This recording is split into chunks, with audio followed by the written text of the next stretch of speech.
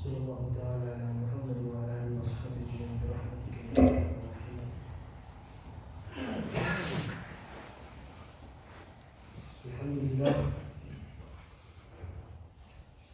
الحمد لله الذي خلق الأفلاك والأرضين، والصلاة والسلام على من كان نبيا وعهده بين الماء والطين. أما بعد،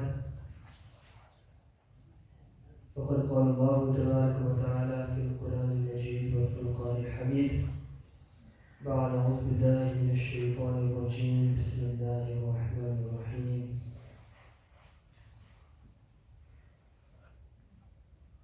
إن الله وملائكته يصلون على النبي يا أيها الذين آمنوا صلوا عليه وسلموا تسليما. اللهم صل على سيدنا ومولانا محمد كما تحب وترضى بأن تصلي عليه.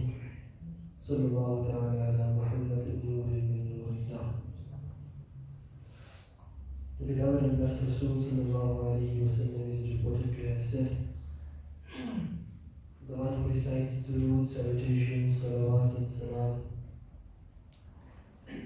once upon Allah subhanahu wa ta'ala showers 10 mercies upon that person. 10 of the person's sins is forgiven, and the person's rank is elevated 10 times in the court of Allah subhanahu wa ta'ala. That's why we said together, Allahumma salli ala sayyidina wa mawlana Muhammadin kama tuhibbu wa tarda bi an tusalli alayhi. One more time together, Allahumma salli ala sayyidina wa mawlana Muhammadin kama tuhibbu wa tarda bi an tusalli alayhi. One more time from the bottom of your heart, Allahumma salli ala sayyidina wa mawlana Muhammadin kama tuhibbu wa tarda bi an tusalli alayhi. Sallallahu ala Muhammadin nurin min nurillah.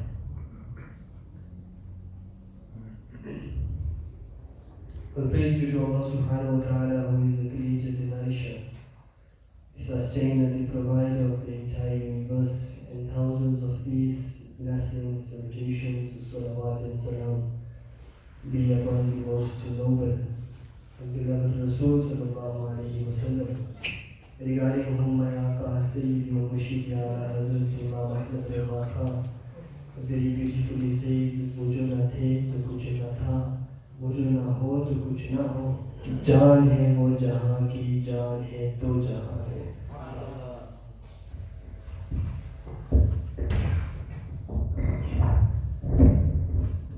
Before I begin today's discourse, it is mentioned that when a jama'at of people gather, then on that jama'at, the mercy of Allah subhanahu wa ta'ala descends. And jama'at is not when one person is sitting in one corner, one person is sitting in the next corner, and there's a whole gap in the middle. You don't call that jama'at. When salah starts and Muqim, the one who is giving iqamah, he says, Muazzin says, Hayya al-falah, Hayya al-salah, then everyone stands in. They form saf.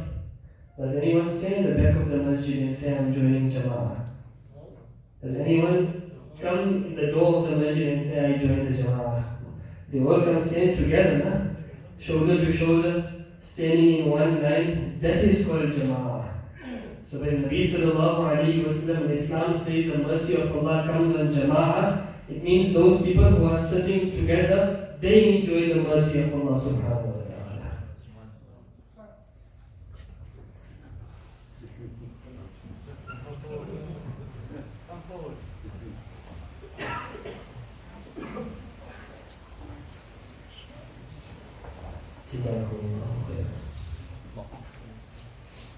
صلوا على الحبيب صلى الله تعالى على محمد صلى الله عليه وسلم. Jazakallah. Now I can say the mercy of Allah subhanahu wa ta'ala will descend on this jama'ah. Today is alhamdulillah a very auspicious and a night which shares a very high status in the court of Allah subhanahu wa ta'ala. The night of Ashura, the 10th of Muharram al-Haram. This day which has a lots of significance in the court of Allah. Many beautiful events took place on this day of Ashura. I won't go into detail of all those events. One very important event everyone knows, everyone is aware of, the incident of Karbala, which has a very close link and relation with the family of Nabi sallallahu alayhi wa sallam, the Ahlul Bayt of Nabi sallallahu alayhi wa sallam.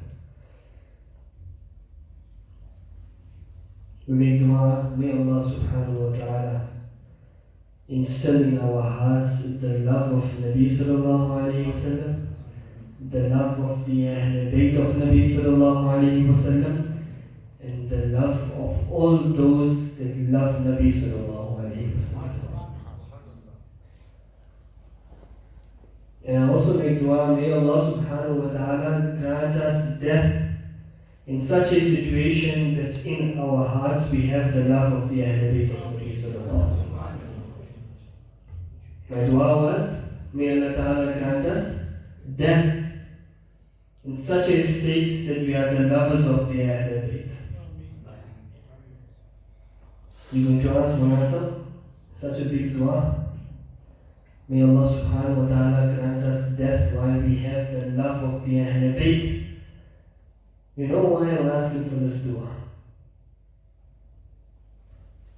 Any idea why I make this dua in the court of Allah? You will be with those who love on the day of Qiyamah. Gee, mashallah. I have a very beautiful hadith in front of me. And hadith is very beautiful. Hadith which is filled with the love of the Ahlul Bayt of Nabi sallallahu alayhi wa sallam. And I feel because today's discussion is regarding the Ahlul Bayt of Nabi sallallahu alayhi wa sallam, regarding Karbala, before we discuss that, we need to first discuss this beautiful hadith.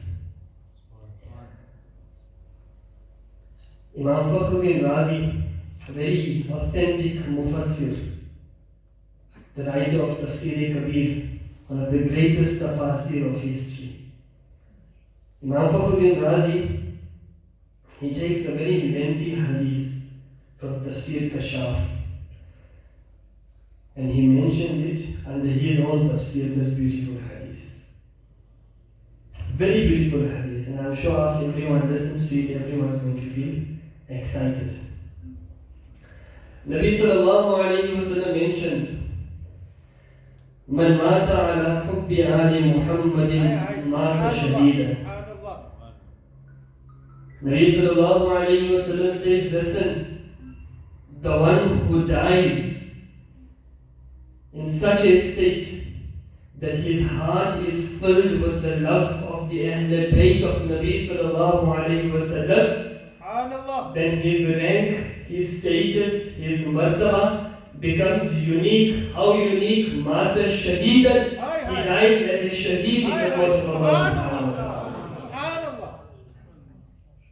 Mata shaheedan. He dies as a shaheed, as a martyr in the court of Allah subhanahu wa ta'ala.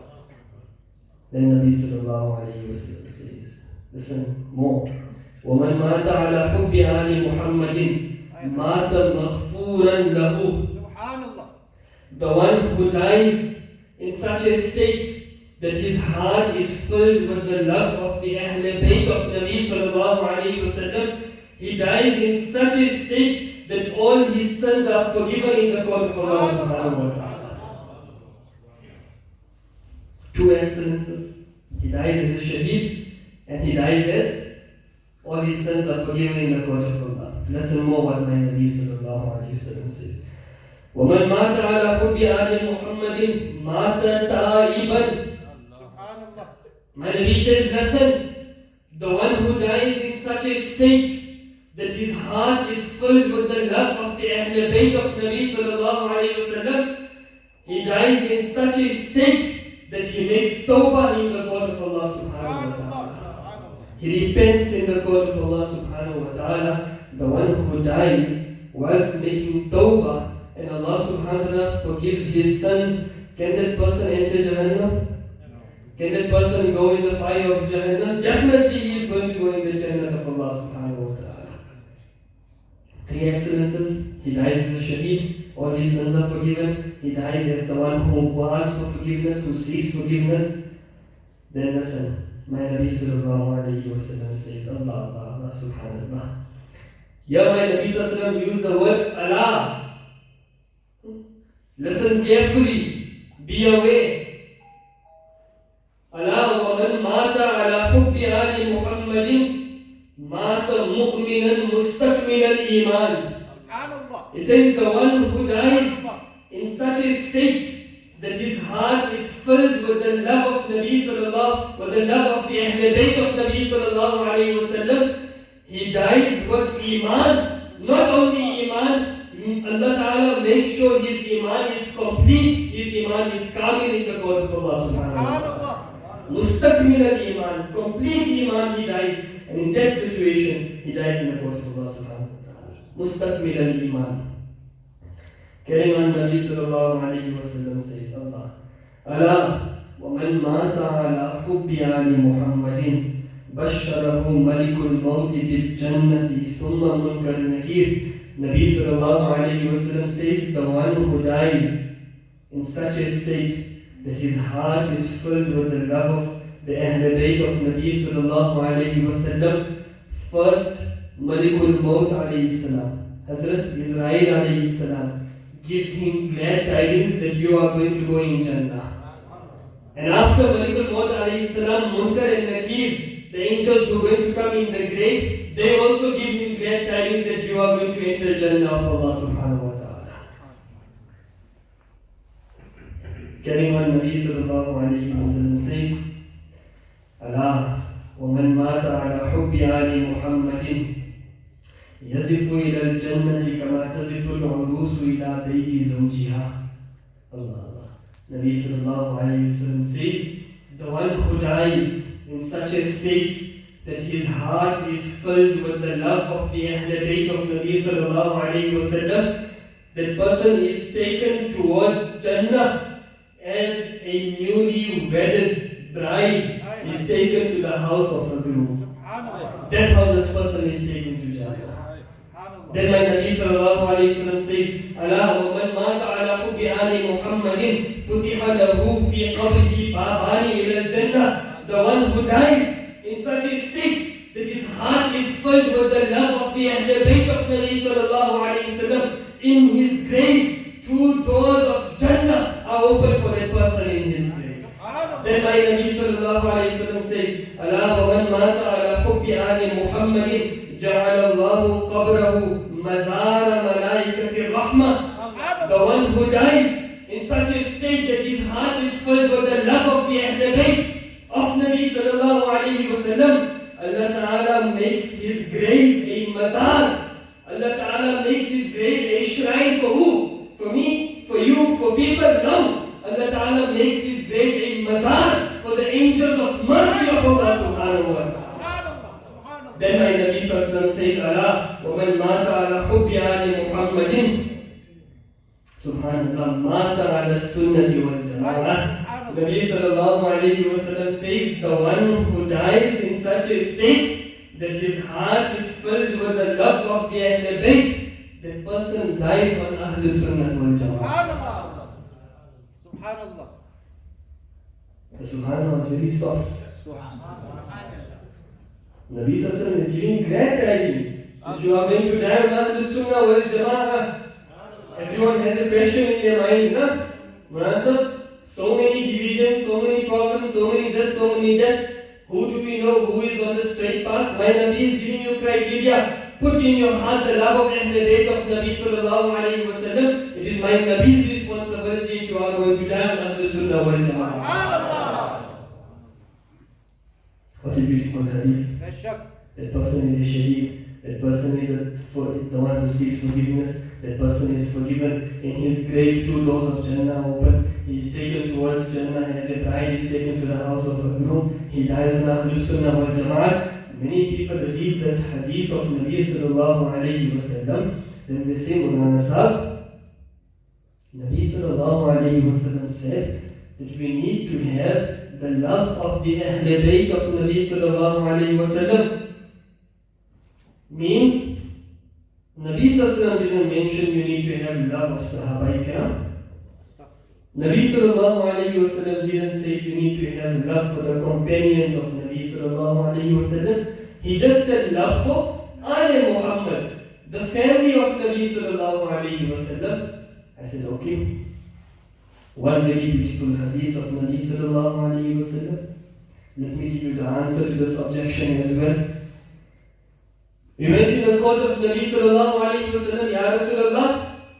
People read this beautiful hadith of yours and they're saying that only the love of the Ahl Bayt is enough for a person to enter Jannah.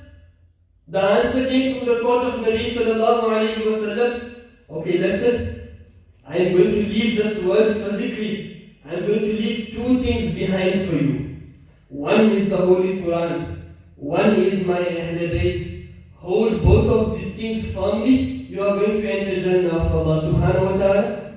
Another hadith, my Nabi sallallahu alayhi wa sallam said, I am leaving two things behind. One is Quran, one is my Sunnah. Hold both of these things, you are going to enter Jannah of Allah subhanahu wa ta'ala. Ya Rasulullah, there is no mention in Sahaba, there is no mention of companions, there is no mention of Sahabi. Means just accept Quran, just accept Hadith, just believe in Ahl Bayt. That person is going to enter Jannah. But Ya Rasulullah, Mulana Sahab said love of Sahaba Ikram is important. Love of Sahaba Ikram is necessary. You didn't mention Sahaba Ikram. Why Mulana Sahab said love of Sahaba is important? My Nabi sallallahu alayhi wa sallam said, let me explain in detail. Let me give you a clear understanding of the words which I mentioned.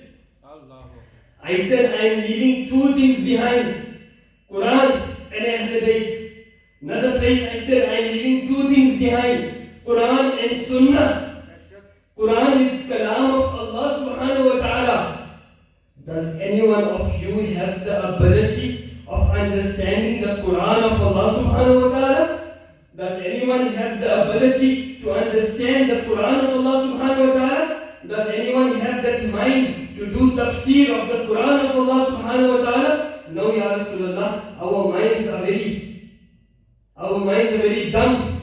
We don't know. We can't understand the words of the Holy Quran. Ya Rasulullah, what do we need to do? My Nabi says, then come to my court. That is why Allah subhanahu wa ta'ala sent me. So I must explain the Holy Quran to you. You want to see a walking, talking Quran? Come in the court of Muhammad Arabi sallallahu alayhi wa sallam.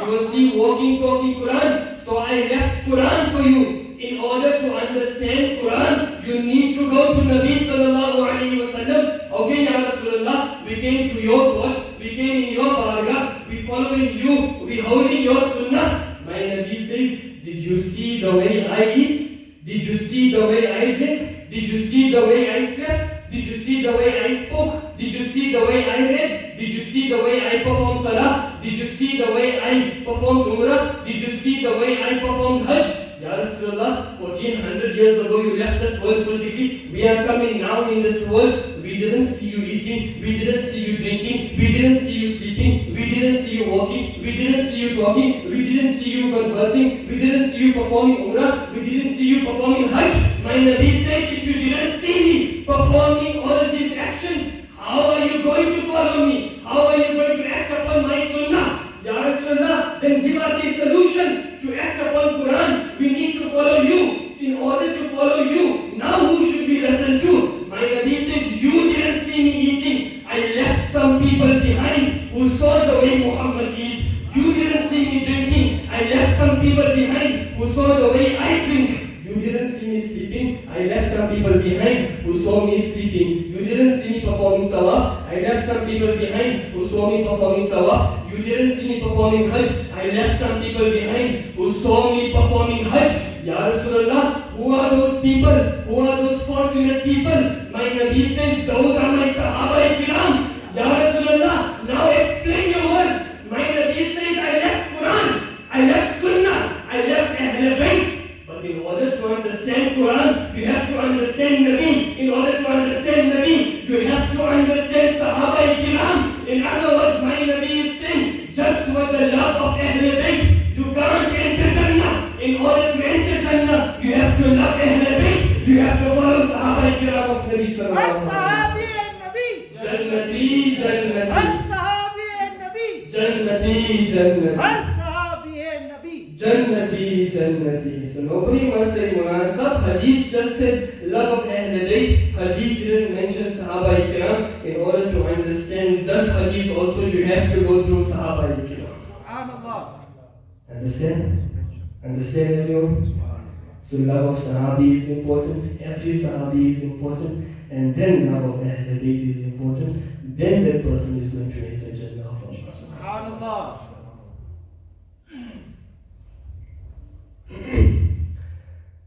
In this day of 10th Muharram, a very beautiful incident took place, the Battle of Karbala. Unfortunately, many people present the Battle of Karbala in a very funny way. Many people present the incident of Karbala in a very funny way. And they try to depict, they try to put the picture that the Ahlul Bayt of Nabi sallallahu alayhi wasallam were helpless. They try to show that the Ahlul Bayt of Nabi sallallahu alayhi wasallam had no power. They try to show that the Ahlul Bayt of Nabi sallallahu alayhi wasallam had no abilities. They try to show that the Ahlul Bayt of Nabi sallallahu alayhi wasallam were oppressed and they couldn't do anything about it. That's the picture which some people show of the incident of Karbala. I said, you read the incident of Karbala? How can you say the Ahlul Bayt of Nabi sallallahu alayhi wasallam were helpless? How can you say the Ahlul Bayt of Nabi sallallahu alayhi wasallam were afraid? How can you say the Ahlul Bayt of Nabi sallallahu alayhi wasallam were scared? Somebody said, sir, that's what's apparent. That's what we read in the book of history. I said, then read the books of history properly. 10th Muharram al-Haram, day of Friday. Imam Hussain radiallahu ta'ala anhu went in the battlefield to fight. After giving a beautiful discourse, Imam Hussain radiallahu ta'ala anhu said, okay, come, one by one, let's fight. One person came and he said, oh Hussain ibn Ali, radiallahu ta'ala anhu, my bravery is known throughout Syria. My bravery is known throughout these cities. Everyone is scared of me. Everyone calls me metal. They say I'm strong like steel, strong like iron. Imam Hussain radiallahu ta'ala anhu says, your bravery is famous in Syria. Your bravery is famous around this world. Your bravery is famous in different cities. Listen, in my veins, the Hashmi blood flows in my veins. You say people call you steel, people call you iron. Then listen, I am the lion of Allah subhanahu wa ta'ala. If you are famous only in Syria, you are famous only in the cities around here, then listen, Hussain bin Ali is famous in the entire Makkah, in the entire Medina. Not only that, the entire world. Hussain bin Ali is known for his bravery. That person, Allahu Akbar. Ya Rasulullah. Ya Ali, that person came forward. One blow, Imam Hussain killed him. Nothing difficult. Imam Hussain killed that person. There was a person called Badr. He told Shimar, Badr, they were all part of the Yazidi camp. Badr said, listen, why are you sending children to go and fight with Imam Hussain? Why are you sending children who went to fight? One of the most strongest people. Why are you sending children? He said, I have 4 sons. Send my sons to go and fight against Imam Hussain, then you're going to see who is strong. So Badr's eldest son, he went to fight in front of Imam Hussain. Imam Hussain said, if your father would have come to fight against me, at least he wouldn't have seen his son being killed in front of his eyes. Acha, son came of Badr, Imam Hussain also killed him with one blow. After a while, Badr came himself to fight in front of Imam Hussain. Badr was also killed with one blow. Shimon, Ibn Ziyad, everyone saw that what is happening here? One personality is standing. A personality who lost his children. A person who lost his family members. A person who lost his relatives. A person who didn't eat for so many days. A person who didn't drink for so many days. Mentally he is exhausted. Physically he is exhausted. But still one by one he is killing our people with no stress, with no difficulty. Very easily he is killing our people. Somebody from Yazidi camp said, be careful, if Hussain bin Ali carries on like this one by one, that one person will be enough for all 20,000 Yazidis against one family of Nabi sallallahu alayhi wa sallam. One member of the Ahlul Bayt one side and more than 20,000 Yazidis one side. That's when they planned that let's surround Imam Hussain. And they surrounded, and from all directions they started shooting arrows.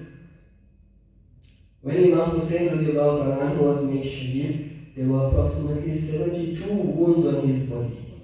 How many wounds? 72 wounds. And then Imam Hussain radiallahu anhu came on the ground. And then he left this world in the state of sajda. After he left this world in the state of sajda, he departed physically.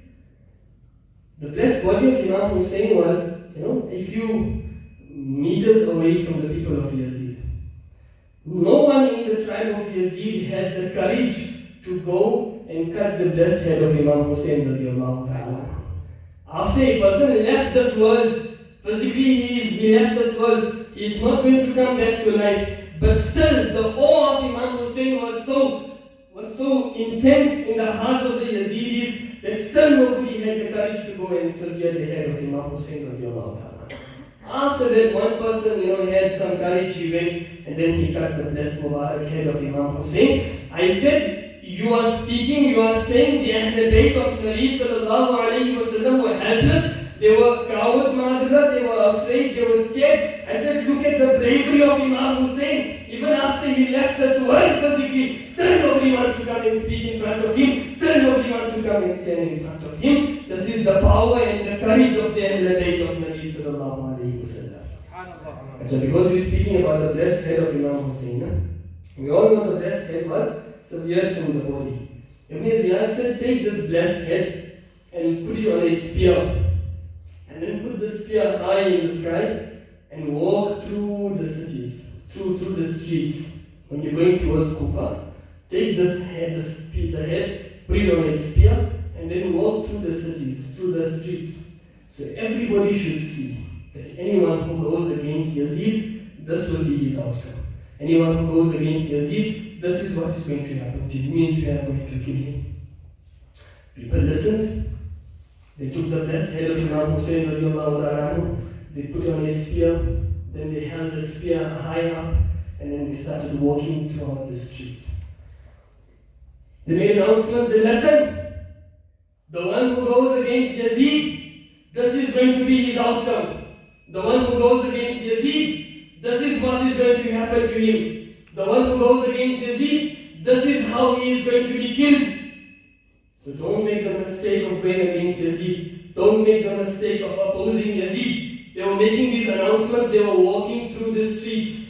One ashik, one lover of the Ahlul Bayt, he looked towards the blessed head of Imam Hussain, then he looked towards the announcer, and he said, what are you saying? Announcer said, the one who goes against Yazid, this is what is going to happen. That ashik said, I don't see anything wrong in this. The person said, don't you see the head of your Imam is on our spear? The head of your Imam is on the spears of the hands of Yazidis. He said, look carefully. All the Yazidis are walking on the ground. The head of Imam Hussain is still above everyone else, which proves before the head was cut, Imam Hussain was still the highest. After his head was cut, Imam Hussain is still the highest. Hussain कल भी ऊंचा था, Hussain आज भी ऊंचा है. Yazid कल भी जलील था, Yazid आज भी जलील है. He says, you carry the head of Imam Hussain, I don't see anything wrong. I see still my Imam's head is above everyone's head. And the Yazidis are all on the ground. This is the love which they had for the Ahlul Bayt of Nabi sallallahu alayhi wa sallam. Acha, they took the blessed head through those cities. On the way they reached a church. When they reached the church,